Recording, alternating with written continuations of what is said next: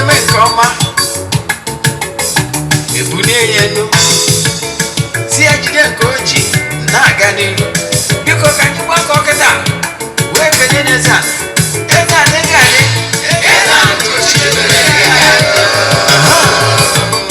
Eze-Ana ugochitubelu nwoke ọma na oraifite ị ga-adị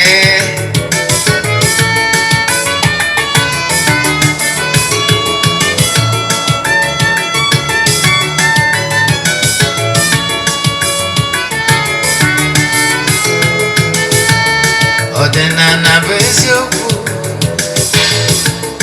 ọdịnala bụ ụzọ ndụ ịma na o nwere olu na-eti mkpu na-asị ụmụ Igbo chigharịa ụmụ Igbo chigharịa kwa mbọsị ọ na-eti n'ụtụtụ n'abalị ọ nọ na nkuzi Eze-Ana ugochitubelu onye ọma na oraifite onye mgbasa ozi ọma ọdịnala gaba n'iru Eze-Ana ugochitubelu onye ọma dije eme ọnụ ọdịnala bụ ụzọ ndụ gaba n'iru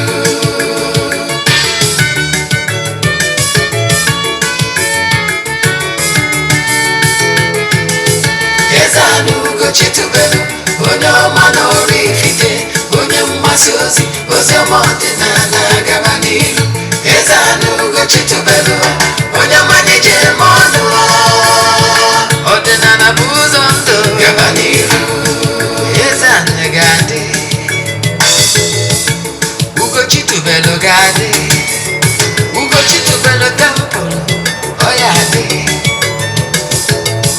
maka na eziokwu anwa chacha ndị okenye ga-adị front and back ndị ochie eli anyị front and back fọdụ asị ka n'aka ghọrọ ụmụ Igbo si anyị rapụ nke anyị na nke fe ka mma buru Baịbụl bịa akwụkwọ akụkọ wepekwa chọọchị fa okwu n'ụka bịakwa ụtụtụ ọma na ụmụ ọdịnala Igbo anyị abịakwanụ n'oge awa nke eziokwu nke ọ bụ mụnwa bụ Ogbuefi Eze-Ana ugochitubelu na oraifite na-anọ n'isi ya maka ndị ọ bụ tata bụ izizi ha na-afụ m na soshal midia maọbụ n'eziokwu TV+.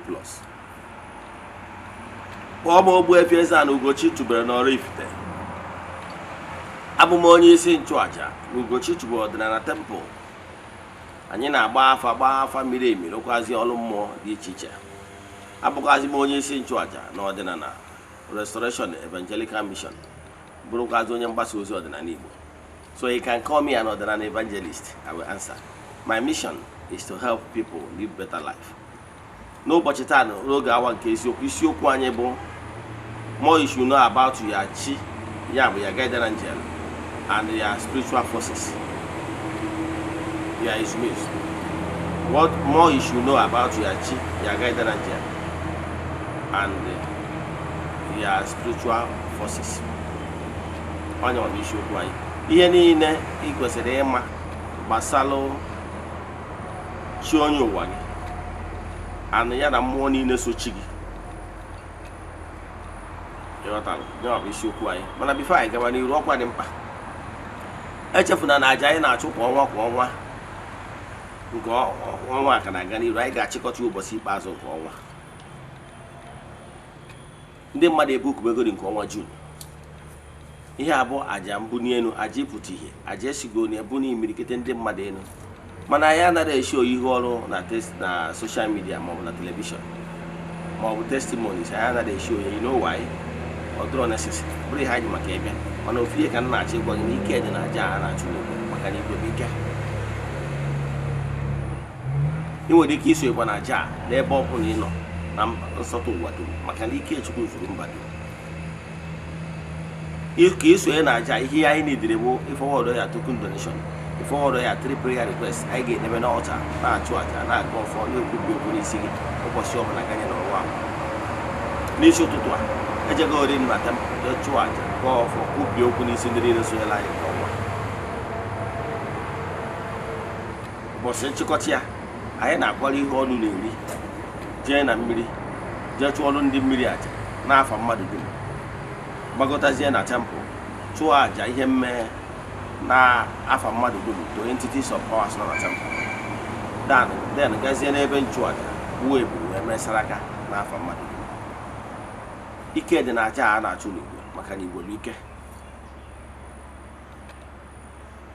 Then ọ bụrụ na ị chọrọ isonye na aja ma ọ bụ na o nwere ajụjụ ị nwere na nkụzi a mma akụzi taa, chat ya m na WhatsApp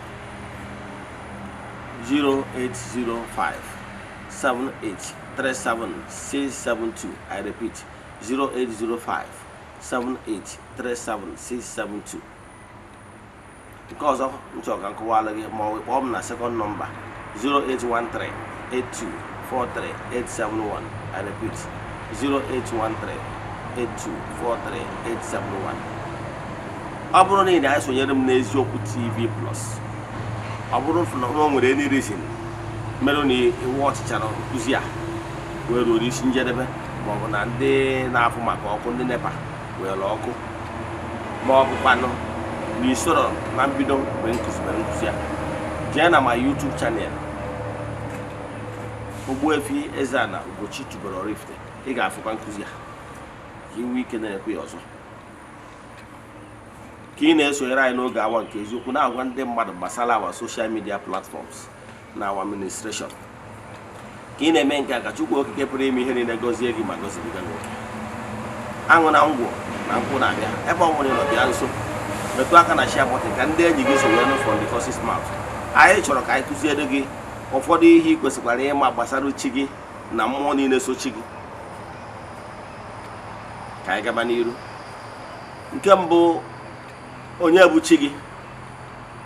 Nke abụọ, kedu ihe gbasara mmụọ so chi gị. Ka m kọwara ya etu ọ ga-esi doo gị anya. Nke bụ eziokwu bụ na o nwere mmadụ ọbụla Chukwu okike kere n'ụwa a enwere onye ndu. Enwere mmụọ Chukwu okike signalụ to any human spirit here on earth. Ọlụ ya bụ mmụọ asignalụ gị bụ ide eduziri gị, na-agbaziri gị, na-atụnye gị alụ dị mma. Ọ mmụọ a bụ mmụọ ahụ ọtụtụ ndị mmadụ na-ada ekwu, na-asị na ọ na-ekwu na tiny voice, ma ọ bụ ịkpọ ya intuition, ya intuitive voice, intuitive perception, your inner being. Ụfọdụ na-akpọkwa ya guardian angel, ụfọdụ na-akpọ ya spiritual guide, ndị Igbo na-akpọkwa ya chi onye ụwa mmadụ. So no matter any name ọbụla akpọrọ ya, afa niile ndị a akpọrọ ya depended from spiritual angle ya coming from. Mana ihe dị mkpa m chọrọ ka m kọwalụ gị bụ na were ụdọ ma ya ewu na were ewu ma ya ụdọ were ofu ihe. Ihe ha niile simple means bụ mmụọ na-edu gị, and mmụọ na-edu gị bụ the closest being to you. Ihe m chọrọ ịkọwalụ gị gị bụ onye bụ ana ọdịnala adherent, gị nwa bụ onye ka batara ọdịnala ọfụ, maybe as a seeker, ị chọrọ ịma exactly what ọdịnala is all about. O nwere ihe chọrọ ka nkọwalụ gị. Mgbe ụfọdụ ime enwecha depth knowledge about ihe gbasara ọdịnala ọfụma, maka na ịdịrọ gifted ma ọ bụ study ihe gbasara spiritual activity. Ọdịnala ga-ekwe gị ghọta ọfụma ma ọ bụrụ na ị nwere vast knowledge gbasara other world religion. Ọtụtụ ndị mmadụ n'Igbo spirituality aghọtasịrị ya ọfụma, mana ịbata na mmadụ eblem ha bụ na ndị anyarị mere anyị alụ, nnapụ anyị ihe anyị ji dị ebube, anyị wee dịzie ka ndị na-amụ aka ekpe na nka. Maka na-ekwesịrị ibido na nwa wee kụzibere anyị ọtụtụ ihe anyị kwesịrị ịma do na our own spirituality. Mana those long years of ndị anyarị ịbịarị ndị be anyị bụ ihe bastardized everything. Mana ọ bụrụ na ige ntị, ana m atụrụ anyị na nkụzi m ka m jiri nwayọ nwayọ na-arịpụta ka ị nwee ike wee nwee good understanding about how things work. Ọtụtụ ndị mmadụ bịaziri bata n'ọdịnala Igbo mana ha aghọtara some certain things na-eme. Ụfọdụ bịazie ha adịzie stagnated na ihe gbasara ihe omimi dị na ihe gbasara spirituality. Akọwalụ m ndị mmadụ etu ọ ga-esi kwe ghọta. Ana m try use the simplest method ịkọwalụ gị ihe. Gwa gị na chi onye ụwa mmadụ na mmụọ nsọ mmadụ is one. It doesn't make sense ọ bụrụ na ịchọba ka ị split ya like chi onye ụwa mmadụ na mmụọ nsọ mmadụ bụ one. They are forces. They are instruments. So recognize them as one. Mana ọ na-awụ ọtụtụ ndị mmadụ ndị bata n'ọdịnala onye abịazi ọ confuse m onwe mgbe ọ ga-eje ụfọdụ a na-agwụ ya na chi ya onye ụwa ya dị iche na chi ya dị iche. Therefore, ọ bụrụ na ị kweta na nke ihe ọzọ ha ga-agwa gị egbu gị feed echi gị iche feed onye ụwa gị iche. And but I can tell you na ọ bụrụ na ịchịkọta chi gị na mmụọ chi gị chịkọta ya ọnụ, ọ ga-enyere gị aka ịghọta ihe this Igbo spirituality is all about. And ọ ga-enyekwuru gị aka ị ghara spend much. Ọnya kpatara n'ala Igbo mgbe ezi dị n'ụkwụ kwa a na-akpọtụrụ mmadụ chie ewetawu na ewetara okpesi chi mmadụ example na-akpọtụ ya akpọtụkwazie ikenga sochie like ọ bụrụ na ma okpesi ọchị onye ụwa m ị ga-afụ ya ị ga-afụkasị ikenga chi two of them dọrọ ọnụ. So ọ bụrụ na nchọ ifidi chi onye ụwa m mma efidi chi onye ụwa m nyara ikenga ya. Now, what does that ikenga represent? Ikenga represent the force, the power nyara chibuso. Ịghọtara ya? So nke a bụ ihe kwesịrị ịghọta. Chi onye ụwa gị bụ ya guide. And they go all the spiritual books of other world religion. He split nke ha, chi ha, iche. They are incarnate, iche. No. They will always tell you about their spiritual guide. Kawai. How you are going about their spiritual guide. Yes. Then also how when they was give other forces. So chi ha. So okay, I did the split here. Ụfọdụ nọpụta n'ọdịnala tọrọ n'ịgba afọ onye ụwa till date ha ejere ihu ejere azụ maka na ha remain stagnated maka na ha katọ n'ịchọ kere ahụ onye nọrọ ha ụwa. Don nke a bụ nkụzi for another day. Mana ihe na-achọ ịkọwara gị bụ recognize ya spiritual guide bụ chi onye ụwa gị ya na mmụọ so chi gị. Ọnya bata na ugochitubelu na temple. Ọ bụrụ na anyị chọọ ịkpọtụ chi onye ụwa gị na ifeedi chi onye ụwa gị, ihe anyị na-eme bụ we feed ya chi and the ikenga so chi gị simultaneously. Anyị na-eme ofu ugboro. So ihe anyị na-eme bụ n'aha Chukwu okike nke pụrụ ime ihe niile na ya akpọkọ chi onye ụwa gị ka anyị na-akpọtụ ka anyị na-akpọtụ ikenga na mmụọ niile so chi gị. Ọ bụ mmiri ọba arụsị kpọkọta ha ọnụ tụọ ọnụ ha aja n'afa gị. Ọ na-adị more effective this way maka na igwe ike. Mana mgbe ị na-eme split ha ị na-eme ha ka ha na-alụ ọrụ as individual. Rather, it's better for you to bring them together as one entity asị igwe maka na igwe bụ ike. Ihe ka m na-achịkwala gị bụ 1. Understand the fact na enwelu your guardian angel, and that your spiritual guide is always there with you. Mana you don't recognize their children maka na you got to know how things work. Can't recognize your spiritual force. 1. You must recognize the fact that your spiritual guide exists.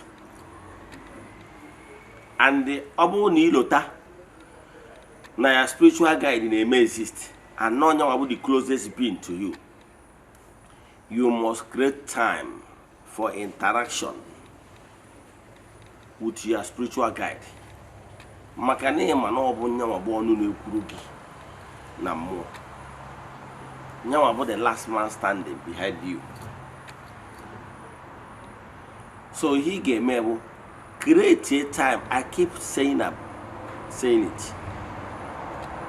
He creates a time for spiritual exercise. The double spiritual exercise simple means only upon an some go okwu. Spiritual exercise simple means begin more ya ankata. Your spiritual guide is your ankata. Mbawa kiji akunyo onwe gị n'ọkụ. Mbawa kiji enweta inspiration. Mbawa kiji enweta vision. Mbawa kiji enweta knowledge.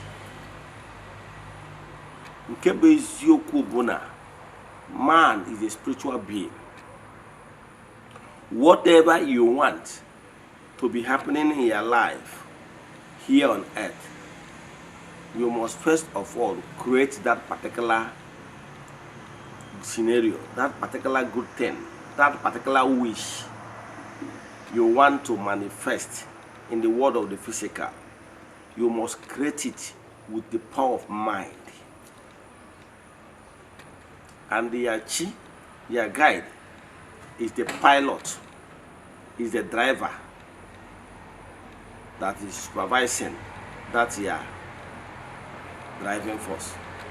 So you first of all create that good thing you want to be happening in your life. You first of all create it with the power of mind.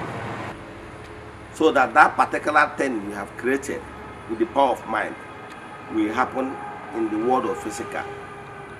And you cannot do it without the support and the assistance of your spiritual guide, your spiritual forces. Oh, you must create time. We just have shown one money in some Abiaquam no bochita. Come on, Noria. Macano oko happy at Ugosi Akaparia. I won't oko happy quam, Rihog this woman. So he get recognize really your spiritual guide existence. All Macani recognize it, get many in a wapoto foge. Only 5 minutes, 10 minutes, 20 minutes, 30 minutes, as case may be. When I started, I set my phone on alarm. Whenever the time rings, I woke up. At a stage, my body system adapt to it. Whenever it's like maybe a minute or few minutes to that particular time, or they can see no more be a marker, no one they been about them, sing wake up. Never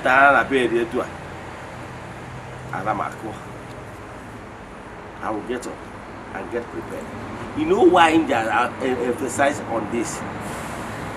Because that is the only way.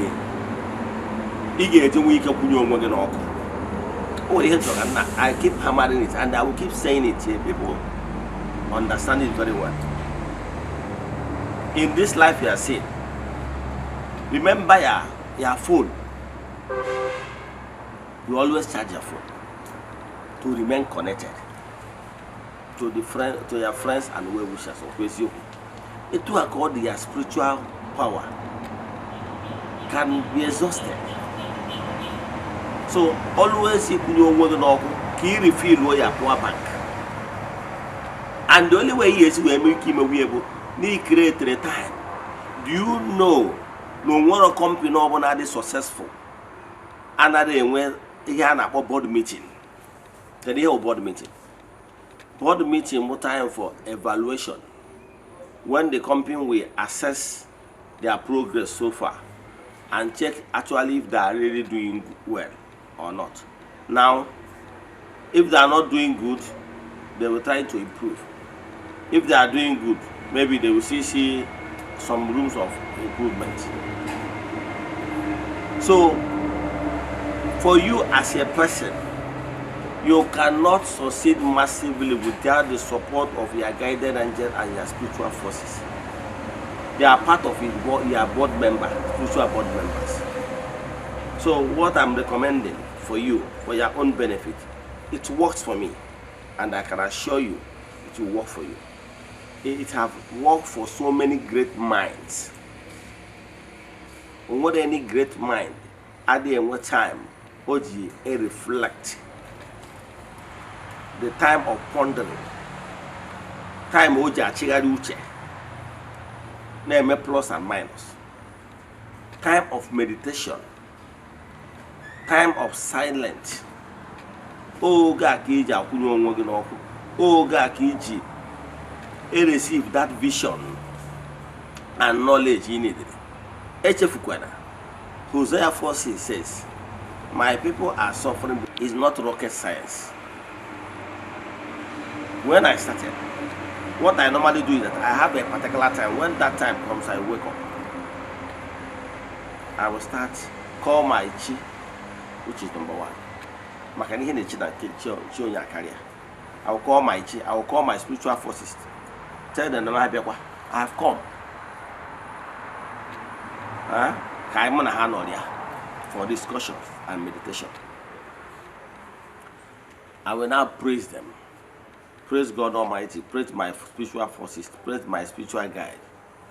Ask them for forgiveness in any form or any way I have offended them. After that, I will now ask them for goodies of life, we call petitioning. I will table to them my intention, where I want to be in the next 1, 2, 3, 4, 5 years. I will tell them my vision. I will now solicit for their support so that my vision will come into reality. After that, I will make some declaration against principalities and powers, any power that will try to deviate my vision. Yes, I will pray and drug, make some declaration to nullify all negative vibrations in the name of the Most High, the Creator of the whole universe. So after doing so, whatness, I will now ask my guiding angel and my spiritual forces, what should I do in order to be great, in order to make that my noble longing to become reality in the life of me, in the land of the living. So whenever I make this declaration, it betters my condition. So am I advising you to create time? Now, after doing all this, the last thing I would tell them is this.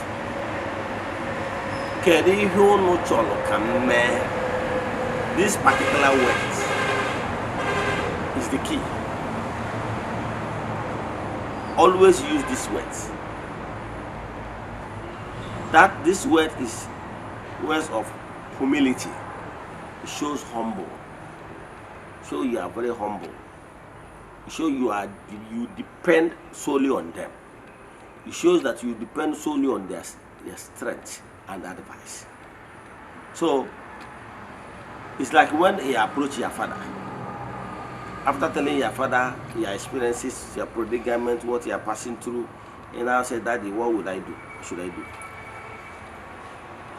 By so doing, I've already given him room to intervene, to be of great help to you. You can't just come and talk to your ezumezu and just walk away. It shows that you are rude. It shows that you don't understand how things work. You will not even give them the opportunity to advise you or to provide solution. So for you to get that solution you are looking for, after meditation with your spiritual guide and spiritual forces, always use these words. It will help you a lot.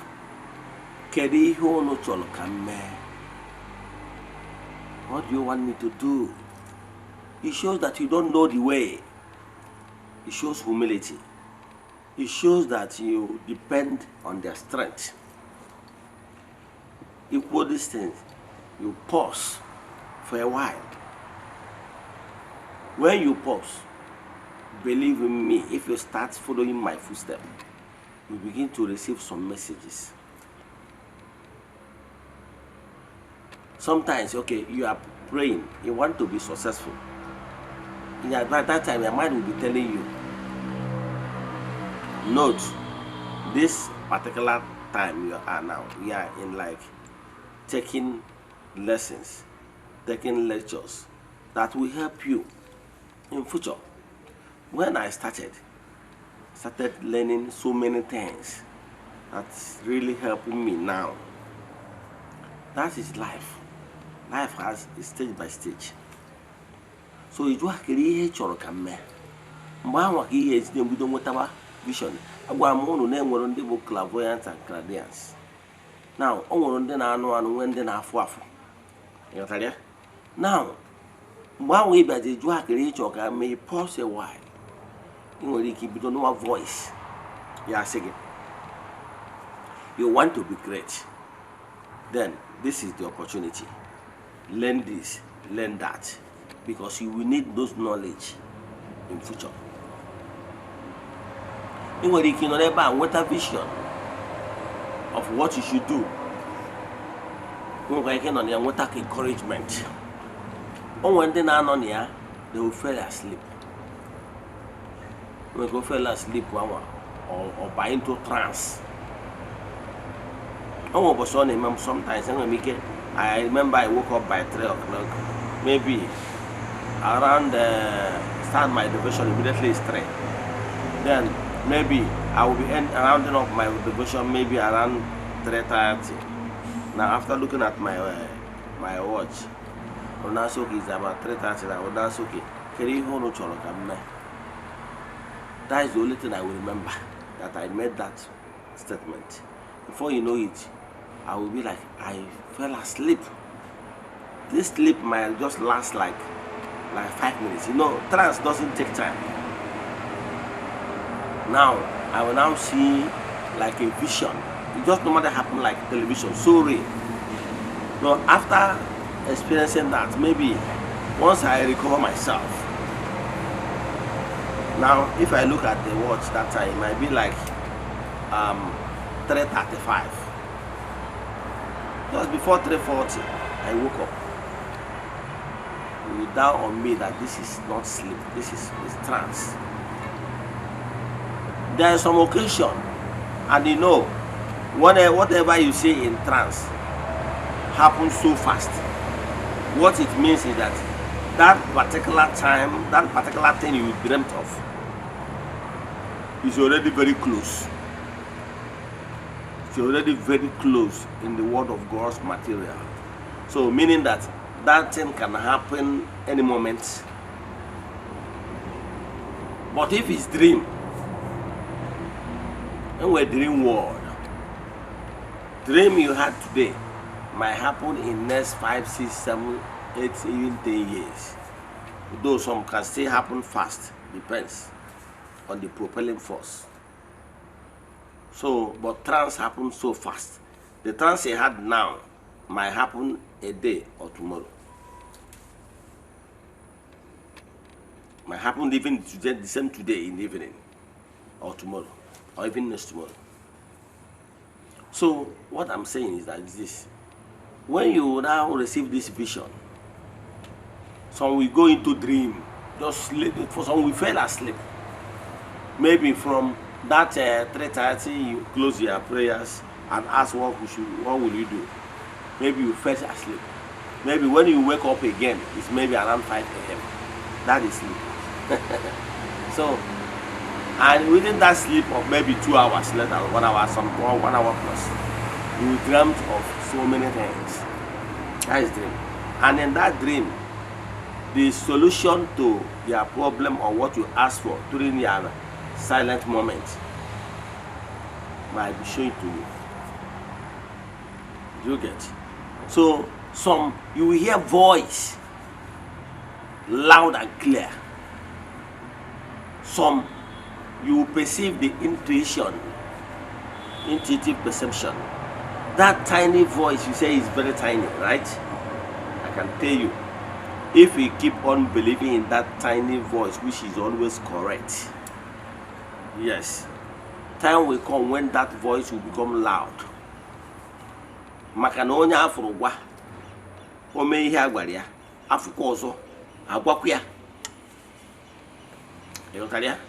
So when you pay attention to that your intuition perception, intuitive voice, that intuitive voice will become a channel where you receive the vision. It will become louder and louder since you keep believing in it. But I can tell you, you always often hear people saying, but I ignore it. Now I'm regretting it. So, because the power of intuition is so strong that nobody can deceive the power of intuition, no matter how smart. Sometimes you will see somebody for the first time, the power of intuition will tell you that this person, you should be mindful of this person.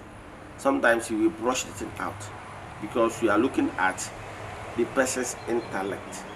Somebody can use his intellect or her intellect to maneuver, to cover his or her true color or nature.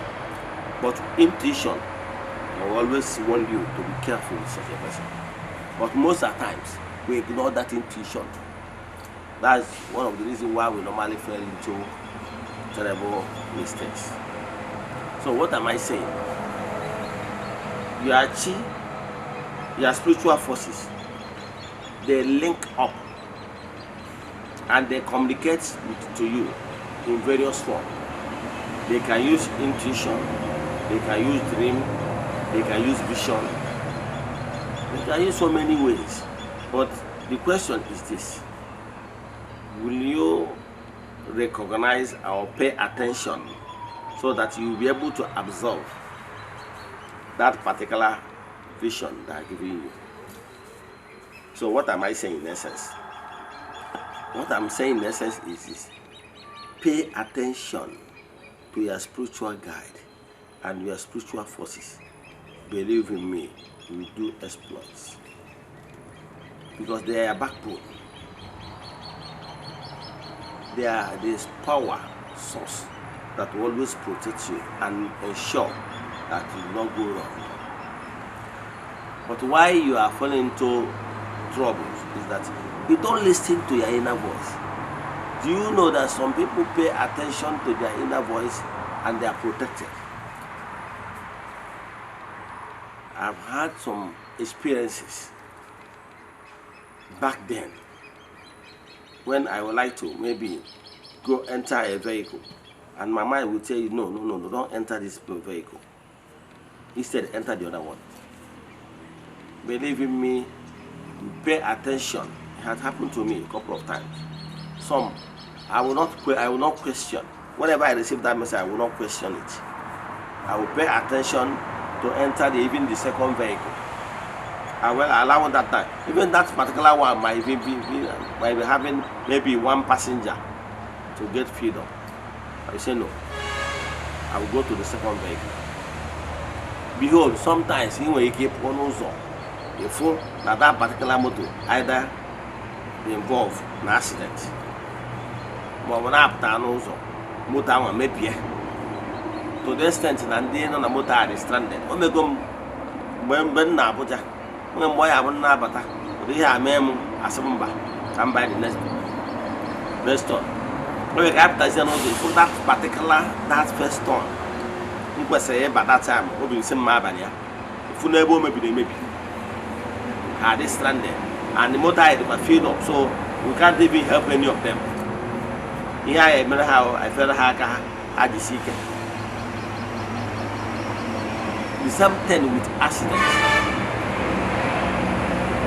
Open need to pay attention to that your intuition voice, intuitive perception. Believe in me, you never go wrong. But not because once you are very connected and close to your spiritual guide, your chonu, and your spiritual forces, believe in me, they will always use a way to communicate to you because you have built personal relation with them. So my brother and sisters, try to always create personal relation, personal relation with your spiritual guide, with your spiritual forces. You get why? It when the mother say, and you get the mother na singing, name my mother Maka, when I'm in Nigeria. You keep a yoku in any name within the environment. Therefore, no well, they were a case in a harbor that you wear jenga and a good. If you know how will they kid you? Eh?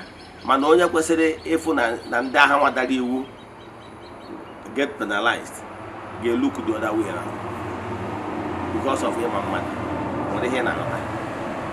Manan Mache Wally. No well on day. When you got aboard that is any one, Macano or mother or Jabangia. That is a buy for the wine over there. But I can tell you, at 2 hours, celebrate no good name and mother. Before you come on and go, was say, when a patego get your contact. Yes, a patego get your contact. Macanacho contact into Eze-Ana. You tell ya? Makana hop tabu Kuronyema Nambago. Yes, Makana order for my group will always come. You tell ya? So I'm matching baggy. Ne tuangwa echowa contact. Ndizo Nambago to mama. Mana echota contact omo makana. Makana ke nwere iri onu na-ekwuru gị. Mana mmadụ mana mmụọ, very important. So pay attention to your spiritual guide. Pay attention to your guardian angel. Maka ọ dị mma gị. Ka m kwụsị ebe a, ọ bụrụ na ị nwere ajụjụ n'ihe anyị kọwara gbasara uru ọ bara mmadụ align onwe with chi onye owu ya na mmụọ sochi ya. You align with your chi onye ụwa and mmụọ sochi gị by Echuaja, by Ide Chuachigi, yes, you align with them. Yes. So, only when I do Kuzia, I Kuzita, send them message in our WhatsApp 0805 78 37 672. I repeat 0805 78 37 672. Asịrị m na ọ ga-adịkwa echi niile n'oge awa nke eziokwu wee kwuo ma ọ bụrụ na ọnwa egwu ọjọọ eji wee chụọ aja emechaa na ọya ekwu ume lụtakwanụ ọ bụrụ na ịbụ child of the temple, yes, na ịkụrụ mba to ihe eji na nchegbu echefukwana ịchatị m na WhatsApp ka enwee ike add ya gị na WhatsApp group maka ike iwe nwike na-enweta update information. Agụọ m ọfọ ndụ n'isi ndị niile sonyere anyị n'oge awa nke eziokwu ụbọchị taa. Echefukwana na festival ihe eji na nchegbu anụ festival anyị na-eme ya na idiji Ogbuefi Eze-Ana ugochitubelu bụ na Septemba 14 ọ ga-adịbe. Asịrị m ka Chukwu oke pụrụ ime ihe niile gozie gị ma nwoke ma nwaanyị, ndị niile na-anụ olu, ndị nọ n'oru na ndị nọ n'Igbo. Ana m agụkwazi ọfọ n'isi ndị Friends of the Temple ya na isi ndị Children of the Temple. Asị m na ọmaka ga-emekwa n'ụlọ. Asị m onye chụwa ụlọ ya daa. onye zụcha ihe ọjọọ ya eme ụlọ dawa igbo bụ ozucha ya tee ya n'ahụ. Asị m na ụnụ ga-adị ka echi maka na echi adị agwụwa m. Asị m na ụnụ ga-eweta ihe ọma dị na mba wenata n'ụlọ maka na akụrụ ụlọ ekwu onye kparịa. Ekwubie m okwu n'aha Chukwu okike nke pụrụ ime ihe niile si na ihe ọbụla bụ okwu ụlọ na ajọ mmụọ anyị ebughị ajọ mmadụ anyị ebughị na ọgwụ a gwara agwa ya egbukọ n'ụlọ ndị isi na aja anyị egbu ife anyị eme ụlọ na mkpọrọkọ ọnụ enwere ihe ọ ga-eme ụlọ na mmiri mmadụ ugwu asala ugo ala. A sịrị m na ọmaka ya emere ụlọ n'ụlọ ga-adị ka echi maka na echi adị agwụ agwụ ka ọ dịkwa na echi niile n'oge awa nke eziokwu.